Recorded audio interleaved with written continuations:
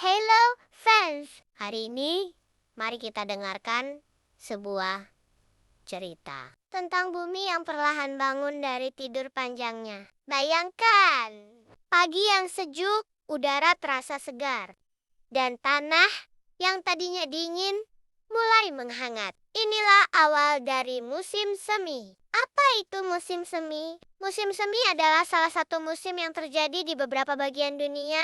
Musim ini datang setelah musim dingin berakhir dan sebelum musim panas tiba. Musim semi bukan terjadi karena cuaca berubah tiba-tiba, tetapi karena bumi bergerak mengelilingi matahari sambil sedikit miring. Saat bumi berada pada posisi tertentu, bagian bumi di belahan utara atau selatan mendapatkan lebih banyak sinar matahari. Akibatnya, udara yang tadinya sangat dingin mulai menghangat. Hari menjadi sedikit lebih panjang. Malam tidak terlalu lama, dan bumi mulai merasa nyaman kembali. Sebelum musim semi, banyak tempat mengalami musim dingin. Di musim dingin, udara sangat dingin, salju menutupi tanah. Banyak tanaman berhenti tumbuh. Beberapa hewan tidur lama untuk menghemat energi. Namun saat matahari mulai bersinar lebih lama, salju perlahan mencair. Air meresap ke dalam tanah, dan tanah yang keras kembali menjadi lembut. Tanah pun seperti berbisik, "Aku siap menumbuhkan kehidupan lagi." Di musim semi, alam terasa hidup kembali. Tunas kecil muncul dari tanah. Bunga bermekaran dengan warna cerah.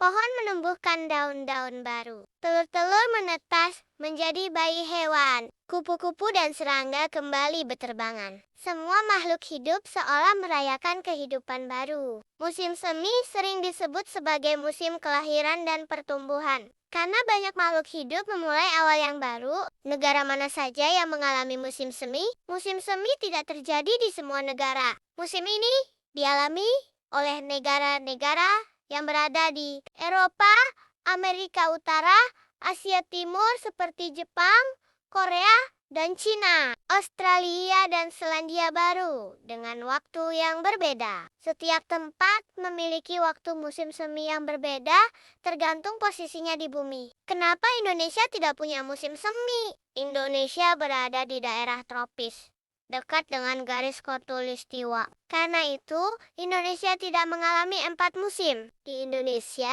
kita mengenal musim hujan dan musim kemarau. Namun, meskipun tidak mengalami musim semi, kita tetap bisa belajar dari musim semi.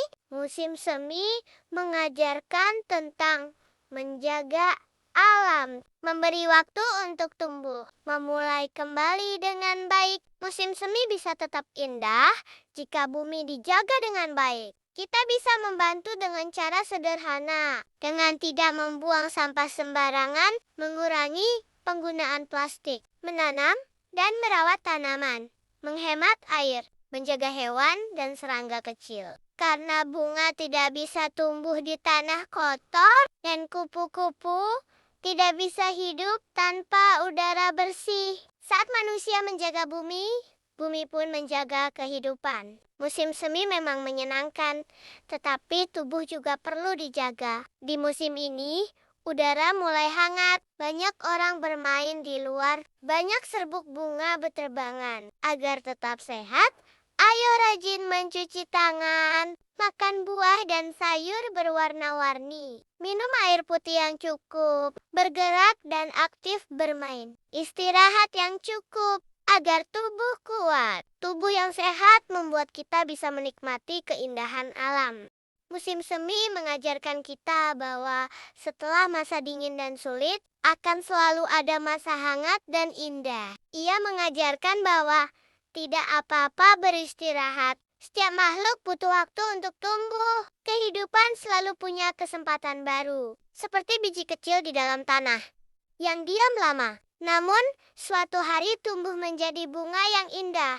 Sekarang, pejamkan mata sejenak. Bayangkan padang bunga yang luas. Angin lembut menyapa, dan matahari tersenyum hangat. Itulah musim semi. musim harapan, musim kehidupan, dan musim yang mengingatkan kita untuk selalu menjaga bumi dan diri kita sendiri. Sampai jumpa di cerita musim berikutnya di Bumi Bercerita ya, karena bumi selalu punya kisah untuk diceritakan.